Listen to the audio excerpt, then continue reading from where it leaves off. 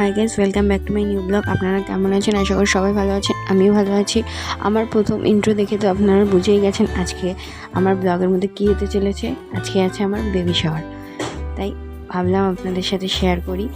আমি এই 3-4 মাস থেকে কোনো ভিডিওই আপলোড দিতে পারিনি, কারণ আমার শরীর এতই খারাপ ছিল যে আমি কোনো ভিডিওই, আমার মোবাইলে আছে ক্লিপ তোলা, কিন্তু আমি যে এডিট করে ছাড়বো সেটা আমার পক্ষে সম্ভবই ছিল না।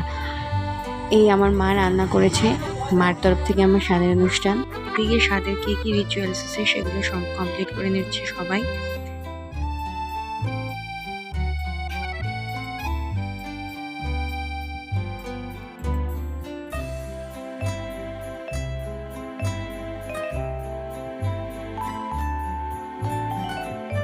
এদিকে রিচুয়ালস মোটামুটি কমপ্লিট হয়ে গেছে। এখন এই 7টা ফল নাকি 7 মাসে আমাদের আঁচলে বেঁধে দিতে হয়, কী কারণে সেটা আমি জানি না, কিন্তু দিতে হয়, তাই মা দিল।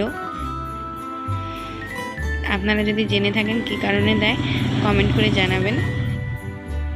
এরপর আমাকে আর আমার বরকে সবাই আশীর্বাদ করে দিচ্ছে।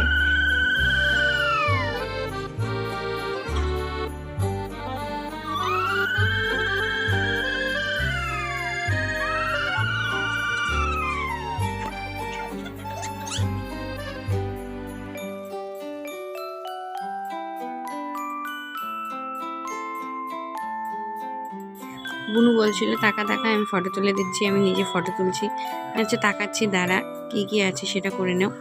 এরপর নাকি এই 7টা ফল যে আমাকে দিয়েছে সেটা বেঁধে রাখতে হয় আঁচলে, এই জন্য মা বেঁধে দিচ্ছে, কারণ আমি তো বাড়তেই পারছিলাম না। মা বললো দিয়ে আমি বেঁধে দিচ্ছি। আচ্ছা ঠিক আছে। এরপর আমাদের বলা হয়েছিল যে বাড়ির যত বড় বড় মানুষ আছে সবাইকে আমি যেন প্রণাম করে নিই।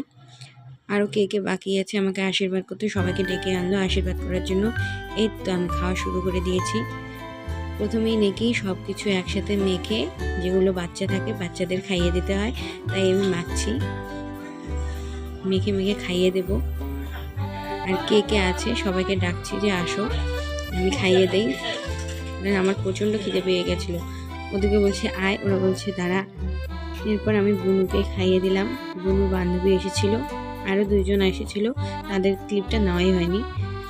তারপর বুনুকে বললাম তাড়াতাড়ি আয়, ওরা খেয়ে নিল একটু একটু করে। এটা হলো বুনুর বান্ধবী, ওকেও খাইয়ে দিলাম। খাওয়া দাওয়া হয়ে গেলে আমি ফটো উঠতে যাব, ফটোশ্যুট করতে। আমার ফটোগুলো কেমন হয়েছে